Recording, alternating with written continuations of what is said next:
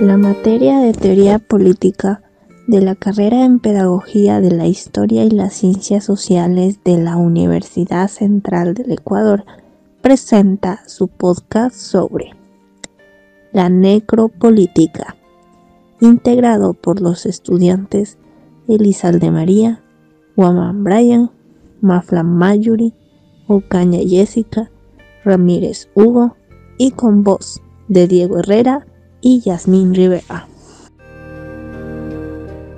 Y la necropolítica continúa. 90 personas han muerto frente a las costas de Libia el 2 de enero de 2018 tras volcarse el barco en el que navegaban.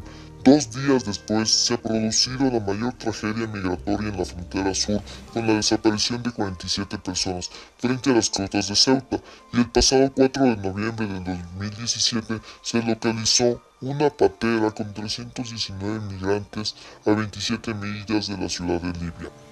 En la bodega inferior de este barco viajaba un número de mujeres más elevado de lo habitual, 69 mujeres, casi todas enfermas, casi todas viajaban solas. También podemos afirmar que las personas que más sufren por necropolítica se encuentran en el continente africano.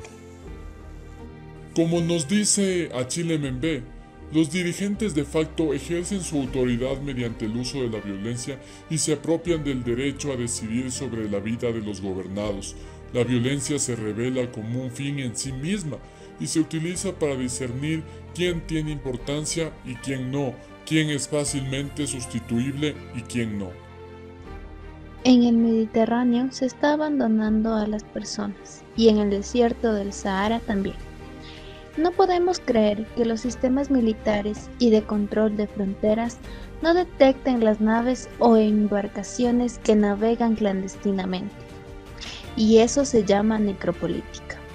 Dejar morir por falta de atención a quienes tienen hambre o por falta de socorro a quienes se ahogan en el mar. Pensamos que en el Mediterráneo se están acuñando verdaderos crímenes contra la humanidad. Se abandona a quienes huyen de la guerra en territorios supuestamente de paz, como es el Mediterráneo. Y eso se acerca mucho a una nueva tipificación de lo que podríamos denominar crímenes de paz. La supuesta descoordinación entre la Guardia Costera italiana y la de Malta costó la vida de 268 personas, incluidos 60 niños y niñas, y el bloqueo de inmigrantes en alta mar por parte de la Guardia Civil española y su devolución a Marruecos provocó 388. 122 menores de septiembre del 2015 a diciembre del 2016 muertos y desaparecidos, lo que constituyen prácticas de necropolítica específicamente. Y que los agentes de la patrulla fronteriza de Estados Unidos destrocen las garrafas de agua que la gente solidaria deja en el desierto de Arizona y que genera que los migrantes mueran de sed, eso es también necropolítica.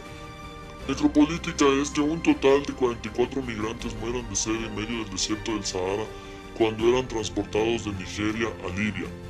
Que 10.000 niños y niñas hayan desaparecido al cruzar las fronteras europeas según la agencia de inteligencia policial Europol, que 7 mujeres se ahogaran en la frontera sur el 31 de agosto de este año. En una devolución en caliente, que 15 personas refugiadas sirias murieran de frío cuando intentaban entrar en Líbano a finales de enero de 2018, y que en esta misma fecha la Agencia de Naciones Unidas para los Refugiados ACNUR confirme que hay inmigrantes muriendo de frío en Europa. También son necropolíticas los asesinados en la playa de Tarajal en la frontera sur, donde 14 personas murieron el 6 de febrero del 2014, en aguas fronterizas, entre pelotas de goma y botes de humo de la Guardia Civil Española, hechos dramáticos que han sido enviados recientemente a las mazamorras de la impunidad por el auto de la magistrada del juzgado de primera instancia e instrucción número 6 que decreta el sobrecimiento libre y el archivo de los hechos de Tarajal. La necropolítica no es un concepto nuevo, pero ha cobrado fuerza en análisis y debates durante esta emergencia sanitaria. Pero, ¿por qué? Durante esta emergencia sanitaria se ha hecho más evidente cómo se eligen unas vidas por sobre otras. Sucedió desde el momento que se decretó el confinamiento en las casas, como la única forma de contrarrestar la epidemia. Hay personas que han podido hacerlo sin problema, pero otras no, porque viven en hacinamiento y del día a día. Otra razón por la que esta idea de necropolítica se ha hecho más visible es por la fragilidad de los sistemas de salud. Recordemos lo que pasó en Guayaquil, como dice Mbembe. El cuidado de la salud de las personas nunca ha sido una prioridad para el necroliberalismo. Entonces, ¿la pandemia ha servido como pretexto para que la necropolítica se afiance como forma de gobierno? Cuando existen gobiernos en permanente estado de excepción, es más fácil que la necropolítica se convierta en una práctica común.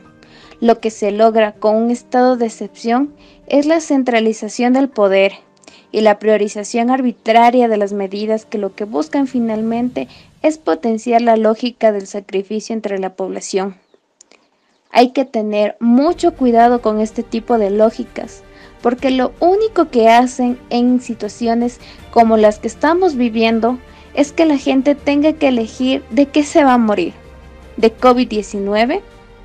O también Walter Benjamin decía que el estado de excepción se está convirtiendo en una permanencia en el mundo y eso es peligroso en términos de derechos humanos. En este contexto, ¿cómo la necropolítica está debilitando la democracia? La necropolítica está en contra de todo tipo de derechos, sobre todo de uno de los más esenciales, el derecho a la dignidad humana. No solo está en contra del derecho a la vida, sino al de la muerte con dignidad. Durante esta pandemia hemos visto cómo muchas personas han muerto sin la posibilidad de despedirse de sus seres queridos. Eso es una tragedia para la dignidad humana. Muchos gobiernos alrededor del mundo no han podido dar soluciones humanas a esta pandemia. ¿Qué hay detrás del interés de la necropolítica de controlar no solo la muerte física de las personas, sino la muerte social y civil de la gente? El problema radica en que muchas personas se han convencido, de manera errónea, que los autoritarismos protegen de mejor manera la vida de las personas.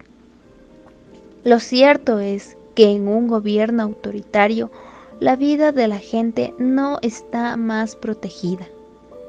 Lo que sí promueve es una menor participación democrática. Dentro de esta lógica, el diálogo no es una alternativa. Un ejemplo de esto ocurre actualmente en la Amazonía, en donde existe la posibilidad de la extinción de algunas comunidades. Eso sería una tragedia para la humanidad. Sin embargo, es visto con distancia desde el poder político y la opinión pública. ¿Cuáles son las políticas de muerte que el necropoder está promoviendo en nuestra querida América Latina? En Latinoamérica, el necropoder está promoviendo como política el dejar morir. Miremos por un momento lo que está pasando con los pueblos indígenas. Hay que recordar que en un gobierno que promueve la necropolítica, siempre hay alguien que está ganando con la muerte de los otros. Pensemos en todos los casos de corrupción que hemos visto durante esta pandemia. Eso es un ejemplo de que para algunos políticos hay vidas que tienen menos valor que otras. Es una muestra de perversidad que se esconde detrás de las lógicas de la necropolítica.